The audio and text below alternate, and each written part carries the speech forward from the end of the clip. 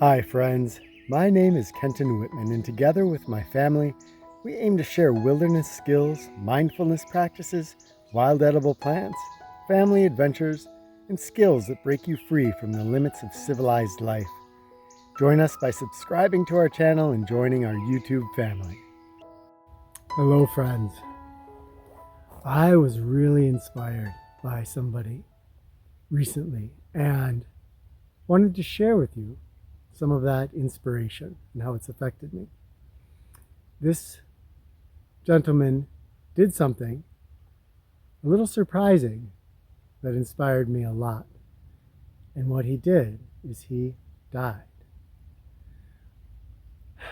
This is a good friend of ours who played a pretty big part in all of our lives, especially the girls, I would say, because he just was a daily part of their life for a while.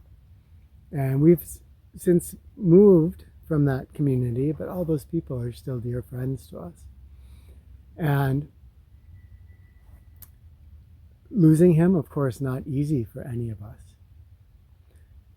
But when we understand the way that he met his death, it has some powerful lessons for us.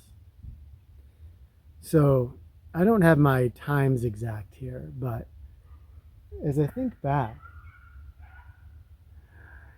I think that probably the time between when we heard that he had been diagnosed with a terminal cancer and the time that he died, maybe not more than 2 weeks. I might be off there, but I think that was about it.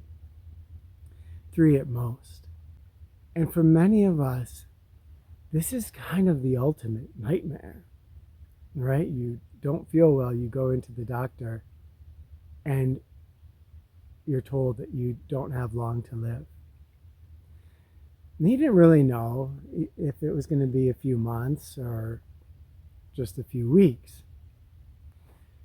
But what happened with this gentleman was that as soon as he learned that he had a cancer that was so far along that they didn't feel that it was treatable, his heart just opened up. I wasn't able to see him, but from everything that I heard, he just exploded with love. He started, always a person that spread goodness around him, but just opened up in a new way. Now, if you know anything about death, we know that usually when someone is told they're going to die, there's a process that people go through. And those are the classical stages. And as we know with all things mental, emotional, to try to say that this is what happens to people under a given situation is almost totally false. Everybody's going to react differently to different things. But the truth in there is that usually there's some kind of a process that we go through before we fully accept our death. And that process, it can be tough on the person who's experiencing it and on the people around them. So with this friend, it's as if he skipped all the tough stages and went right to open, heartfelt acceptance. And the thing is that I think he lived in those last 2 weeks. Really lived.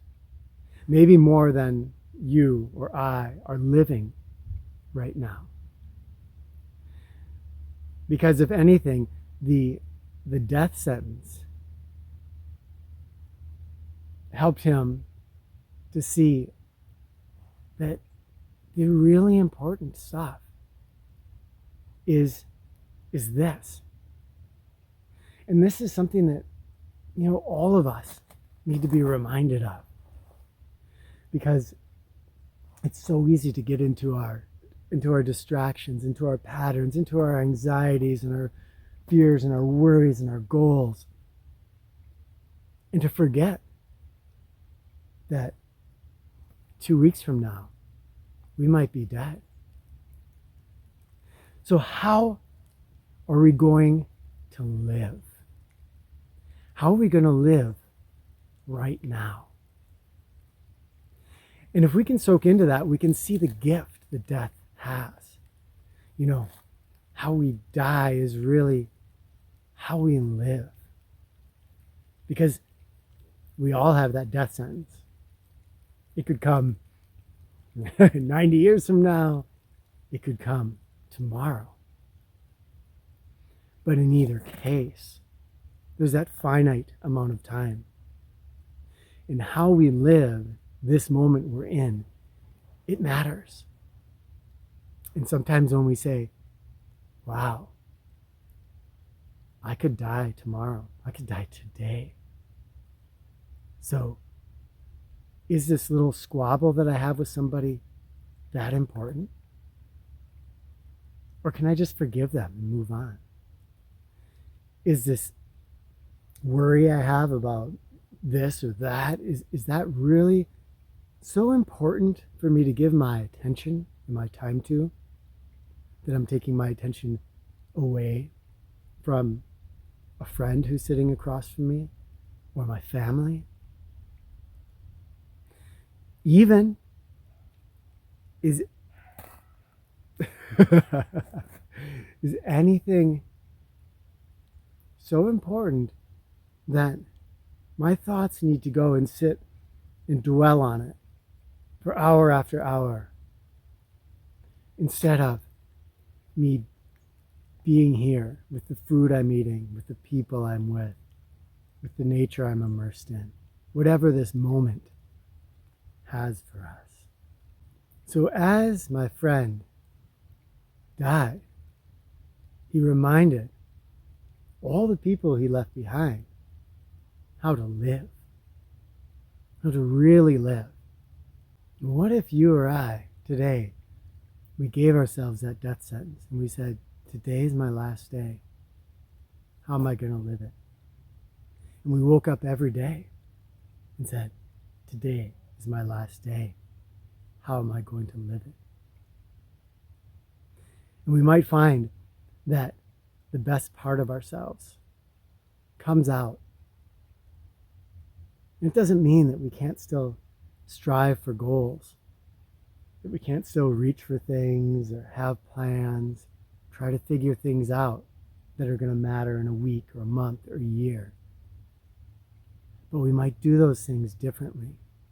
We might switch some priorities around in our minds and our hearts when we think that tomorrow might be my last day. And finally, it does something really beautiful because it takes the big specter, the thing that most of us fear the most, death, and it turns that into a friend. Because when we can say, hey, tomorrow I die, so today I truly live, start to take all the oomph out of that monster of death. And I start to realize that, the game isn't won by living longer. The game is won by living now, by immersing ourselves in this moment, by really experiencing what's happening, being engaged with life. In that way, we could live 200-300 years if the technology allowed, and never live a day. Because the whole time we're just worried about the death that's coming, trying to prolong everything, and never actually present for any moment that was there. Or we could live one more day, and in this single day, we could live more life than could be experienced in 200-300 years by someone who's not mindful, someone who's not present. So today, my friends, I hope that my friend's recent death can be as much a gift for you as it was for me. He died as well as he lived. And that is such a beautiful thing and such an important message for every single one of us. Share your thoughts and feelings down in the comments. As always, I'm honored that you share. I'm honored that you're on this journey with me. Love to you all.